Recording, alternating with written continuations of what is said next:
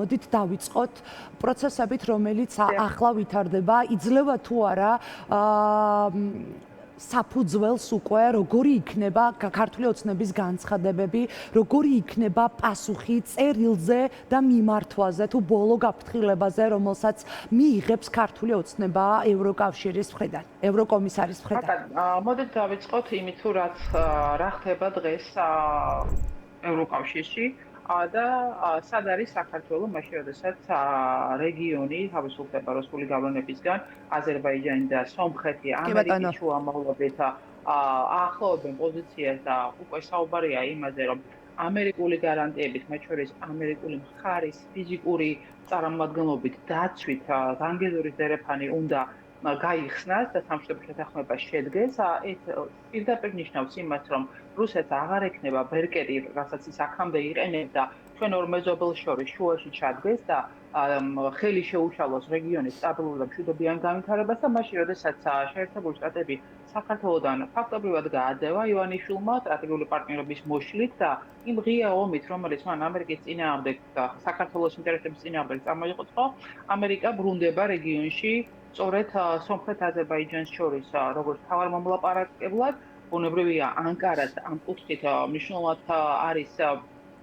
დაინტერესებული იმით, რომ რუსეთის გავლენები შემცირდეს და შეერთებული შტატების გავლენები გაიზარდოს, რაც კიდევ ერთხელ ნიშნავს იმას, რომ სრულიად გათავისუფლდება ეს ორი ჩვენი მეზობელი რუსული გავლენებისგან და შესაძლებლობა იქნება მათ შორის ირანის გავლენების შემცირებით ამ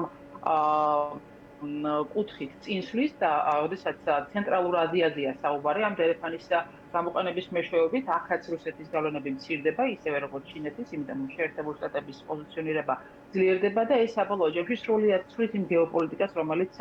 აქამდე რეგიონში იყო და რითიც საქართველო განსაკუთრებით სარგებლობდა, მაშინ როდესაც ის იყო მთავარი დასაყრდენი ევროპული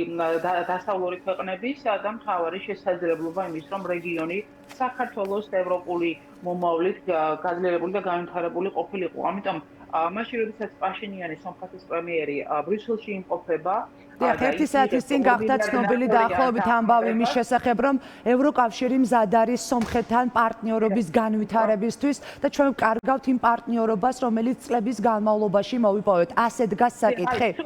სურათი რომ ნახოთ, სურათი რომ უბრალოდ გავაანალიზოთ, მაშინ, როდესაც საქართველო, რომელსაც კანდიდატის სტატუსი ჰქონდა შარშან მიღებული და რომელსაც ევროკავშირში გაწევრიანების ღია კარი ჰქონდა ევროკავშირის მხრიდან, კარი ივანიშვილმა გამოუჭა, ხუნა ამ ვითარებაში სომხეთი წინ მიიწევს ერთის მხრივ რუსული გავლენების გათავისუფლებისკენ და მეორე მხრივ იმ ევროპული სიკეთეების მიღებისკენ, რაც მნიშვნელოვანი იყო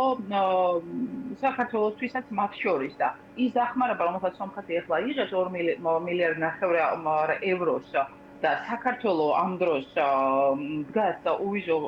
მიმოწვევის გაუქმების საფრთხის წინაშე, ქართული ოცნების ავტორიტარული მეთოდების გამოყენების გამო და იმ იერიშის გამო, რომელსაც ის დასავლეთის წინააღმდეგ ახორციელებს, ეს ვითარება არის ყველაზე მძიმე და ყველაზე უპატიებელი ღალატი, რომელიც შეიძლებოდა ქართველის ხელით ჩადენილი იყო საქართველოს ინტერესების წინააღმდეგ. მე მინდა გითხრათ, რომ არა მხოლოდ სანქციების საკითხი განიხილება 15-კაციანი ოცნების მსახურებისთვის, არამედ მათ შორის მაგიდაზე დევს ასოცირების შეთანხმების შეჩერება ნაწილობრივ დემოკრატიის ნაწილში, ისევე როგორც თავისუფალი ვაჭრობის DCFTA შეთანხმების და წერილი, რასაც უგზავნიან დღეს ირაკლი ყობახიძეს, სადაც წინაპირობები იქნება იმისა, რომ უვიზო რეჟიმი არ შეჩერდეს, ამაზე როდესაც ღია გზავნილი არის, როგორც ირაკლი ყობახიძის, შალვა პაპუაშვილის, მაკა ბოჭორიშვილის და მათ შორის მათი პოლიტსაბჭოს მიერ იმ ბოდვით ფორმით, რომ deep state იგებს და ესენი აღვითოთ ბიზნეს სუვერენიტეტს იცავენ, ეს არის სწორედ ღალატი გაცხადებული ინტერესებში. მოდით მარტივად ავუხსნათ მაყურებელს, ქალბატონ თეონა, თქვენ ახსენეთ თავისუფლებელი ვაჭრობის შეთანხმების გაუქმების საფრთხე, ახსენეთ არაერთხელ ვიზა ლიბერალიზაციის გაუქმების საფრთხე. ვიზა ლიბერალიზაცია მაყურებლისთვის გაუქმება მარტივი გასაგებია. მოდით მარტივად ავუხსნათ მაყურებელს, რას კარგავს ქვეყანა და შესაბამისად თითოეული მოქალაქე, ადამიანი, რომელიც სამოგზაუროდ მიდის თუ რომელიც ბიზნესით არის დაკავებული. პოლიტიკური განზომილებით კარგავს იმ ევროპულ მომავალს, რომელიც ღია იყო საქართველოსთვის ევროკავშირის მხრიდან, მათ შორის იმ ევროპულ კეთილდღეობას, განათლების შესაძლებლობას, ჯანდაცვის შესაძლებლობას, რომელსაც აქამდე ქართველები იყენებდნენ და ძალიან წარმატებულად ვაჭრობას, ეკონომიკას და მათ შორის პოლიტიკურად იმ პერსპექტივას კარგავს, რომელიც ჩვენი ცივილიზაციური არჩევანი იყო, ყოფილიყავით ევროპული ცივილიზაციის ნაწილი და საფუძველ ჯამში ბრუნდებით იმ წარსულში, საიდანაც ძალიან ბევრი მსხვერპლის და ბრძოლის ფასად გამოვედით. და აი, როდესაც რეგიონში საქართველოს უბრუნდება რუსულ გავლენას, ჩაკეტილ იზოლირებულ დონეზე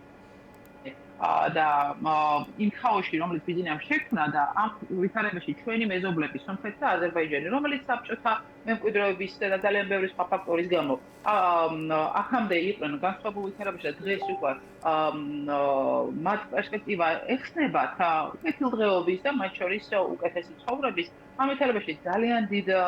და უპატიებელ ღალატთან გვაქვს საქმე, იმიტომ რომ ეს არ არის მხოლოდ ოვიზო მოგზაურობა ევროკავშირისკენ ან ამ შემთხვევაში ეს არ არის მხოლოდ ასე რომ ვთქვათ თავისუფალი ვაჭრობის ის მნიშვნელოვანი შესაძლებლობა რომელიც საქართველოს ჰქონდა არამედ იმ რუსულ ჭაობში დაბრუნება რომელიც წარსულია და ამ წარსულის დაბრუნება არ ვფიქრობ რომ ქართველებს სურთ გამომდინარე მათ შორის იმ გამოკითხებით რომელიც საქართველოს მოსახლეობას აქვს ევროპული მომავლის სასარგებლოდ შესაბამისად ეს არის ძალიან კრიტიკული მომენტი კიდევ ერთხელ ევროკავშირი საქართველოს ოვიზო მიმოსვლა როგორც საჩუქრად არ მისცა ეს იყო ერთის მხრივ საქართველოს მისწრაფებიდან გამომდინარე ხარიყავით ევროპული ოჯახის წევრები და ასევე დემოკრატიული რეფორმებიდან გამომდინარე ის რომ სომხეთი ეხლა იწყებს ვიზა ლიბერალიზაციის პროცესს რომელსაც რა თქმა უნდა თავისი დრო და თავისი რეფორმები სჭირდება და დღეს საქართველოს კარგავს არის ის საფრთხე რომ საქართველოს დაკარგოს ოვიზო მიმოსვლა ეს რა თქმა უნდა არის პირდაპირ და ღიად ივანიშვილის პასუხისმგებლობა რომელმაც გადაწყვიტა რომ მისი სუვერენიტეტი მართავდეს ქვეყანას ისე როგორც საკუთარ კორპორაციას არის უპირატესობა ქართველი ხალხის ცივილიზაციური არჩევანი რომლის გამო ჩვენ მათ შორის სარგებლობით, ყველა იმ სიკეთით, ყველა იმ ფინანსური დახმარებით, მათ შორის ყველა იმ ისვით რომ მინდა რომ გკითხოთ. ვითარებაში ეს არის ძალიან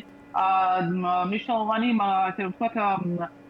ცივი შაპი, რომელიც საბოლოო ჯამში ხალხმა უნდა გამოხატოს თავისი პოზიციით, იმიტომ რომ ეს უკვე ეხება თითოეულ მოხელს. მივიხადოთ იმისა კიდევ ერთხელ ვიმეორებ, რომ ჩვენი პოზიცია მიზანი არის თუ არა ის რომ არ უნდა ყოფილიყო ხალხზე გავლენა ივანიშვილის ავტორიტარული რეჟიმების და ოვიზო მიმოსვლა უნდა ყოფილიყო ქართველი ხალხისთვის შენარჩუნებული, მაგრამ ის აუცილებელი კრიტერიუმები, რომელიც საქართველოს უნდა დააკმაყოფილებინა, ამ კრიტერიუმების მიხედვით თუ ივანიშვილის რეჟიმი არ შეასრულებს ამ ვალდებულებას, ბუნებრივია ამას თითოეული მოქალაქე საკუთარ თავზე იგრძნობს და ამიტომ არის მნიშვნელოვანი ხალხის პოზიციის გამოხატულება ამ ვითარებაში და იმ წინააღმდეგობრივად ამ დინის ხის მანძილზე მიმდინარეობს პროცესი საქართველოს. აი ორ სიტყვაში მიპასუხეთ ქალბატონ თეონა, არის თუ არა მიზანი რუსულ ორბიტაზე სრულად დაბრუნება, როდესაც ამბობს რომ უხეში დარღვევაა ბრიუსელის მხრიდან და მოვუწოდებთ მათ რომ დაბრუნდნენ ადამიანის უფლებების პატივისცემის გზასო ამბობს შალვა პაპუაშვილი. არის თუ არა ეს პასუხი და მიზანმიმართული მცდელობა სრულად ჩამოაშორონ დასავლეთს ქვეყანა. ძალიან მოკლედ მითხარით. რა თქმა უნდა, ის განცხადებები, რომელიც რუსეთის დაზვერვის სამსახურის მხრიდან, ნარეშკინის მხრიდან საქართველოსთან დაკავშირებით კეთდებოდა, ერთ-ერთი არის გამაორებული სიტყვით მათ მხრიდან და ის სუვერენული დემოკრატია, რომელსაც იჩემებს ეს ივანიშვილის რეჟიმი, ერთ-ერთი არის რუსული ავტორიტარიზმის გამეორება. შესაბამისად, ეს ყველაფერი კიდევ ერთხელ აჩვენებს იმ წარსულში დაბრუნების გზას, რომელიც ივანიშვილმა საქართველოსთვის გამოიძრახა და ეს არის ის საკუთხედი, რითიც ჩვენ გავაგრძელოთ წინააღმდეგობა საქართველოს ნამდვილი სუვერენიტეტის შესანარჩუნებლად. მადლობა თეონა ქუბარდიას უსმენდით პირდაპირ ეთერში.